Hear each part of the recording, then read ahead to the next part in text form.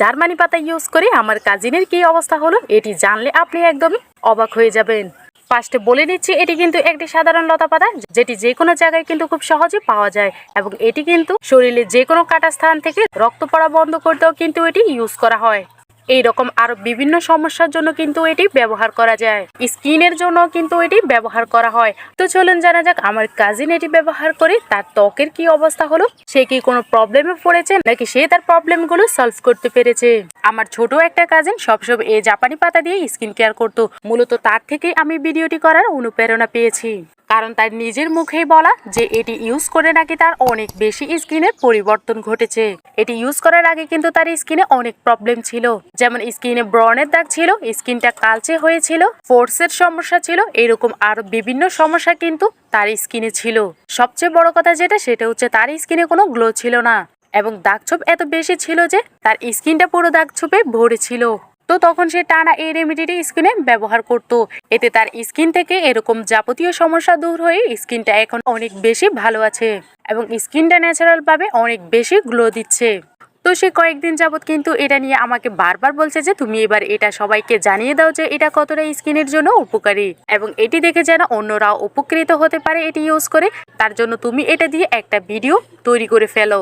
তাই আর দেরি না করে চলে এসেছি আপনাদের সাথে সেই ভিডিওটি শেয়ার করার। এখানে প্রথমে আমাদের এই জাপানি পাতাটিকে যে কোনো জায়গা থেকে সংগ্রহ করে নিয়ে আসতে হবে। গ্রাম অঞ্চলে কিন্তু এটি একবারই অ্যাভেলেবেল পাওয়া যায়। পাতাটি সংগ্রহ করা হয়ে গেলে এটিকে ভালো করে ধুয়ে নিয়ে এরপর পাটায় পিষে অথবা ব্লেন্ডারে ব্লেন্ড করে একটি পরিষ্কার পাত্রে নিয়ে নেবেন। এরপর এর সাথে অ্যাড করতে হবে অ্যালোভেরা জেল। এখানে ন্যাচারাল অ্যালোভেরা জেলও ইউজ করা যাবে অথবা ভালো মানের একটি অ্যালোভেরা জেলও ইউজ করা যাবে। তো এখানে কিছু পরিমাণে অ্যালোভেরা জেল আমি নিয়ে নিয়েছি এবং এরপরে আমাকে যেটি অ্যাড করতে হবে সেটি হচ্ছে লেবুর রস। একটি লেবু থেকে কিছু পরিমাণ লেবুর রস চিপে এখানে দিয়ে দিতে হবে। লেবুর রস দেওয়া হয়ে গেলে এখানে দিয়ে দিতে হবে বেসন। পরিমাণ অনুযায়ী আপনারা এখানে উপাদানগুলোকে বাড়িয়ে কমিয়েও নিতে পারবেন। লাস্ট আর একটি উপাদান এখানে অ্যাড করতে হবে, সেটি হচ্ছে গোলাপ জল।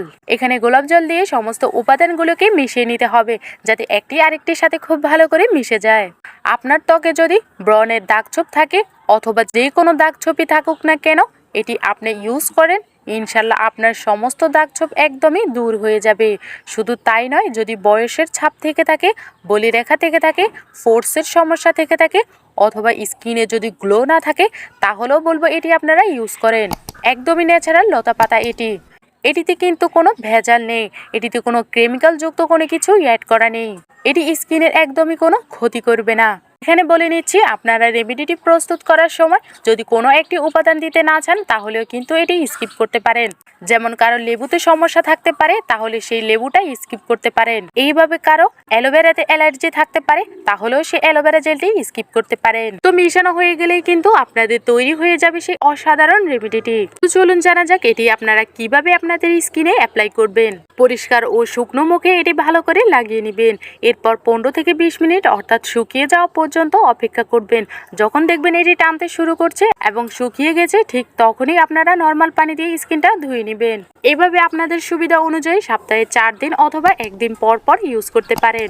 দিনের যে কোনো সময় কিন্তু আপনারা এটি ইউজ করতে পারেন, তবে খুব বেশি ভালো হয় যে রাতে এটি ইউজ করে এবং স্কিনটা ক্লিন করে আপনার প্রতিদিনের ব্যবহৃত ময়শ্চারাইজার স্কিনে লাগিয়ে নেবেন। রেমেডিটি ইউজ করার সময় একটি দোয়া পড়ে নেবেন। দোয়াটি হচ্ছে মুসাল্লামাতুল্লাহ শিয়াতা ফিহা। দোয়াটি পড়ার আগে পরে কয়েকবার দুরুদ শরীফ পাঠ করে নেবেন। এতে কিন্তু রেমেডিটি কার্যক্ষমতা অনেক গুণ বাড়িয়ে দিবে।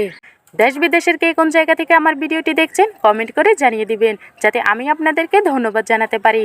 এবং নিত্য নতুন এরকম বিউটি টিপস পেতে ইউটিউব চ্যানেলটি সাবস্ক্রাইব করে এবং ফেসবুক পেজটিকে ফলো করে সাথে থাকবেন। ধন্যবাদ সকলকে। আল্লাহ হাফেজ।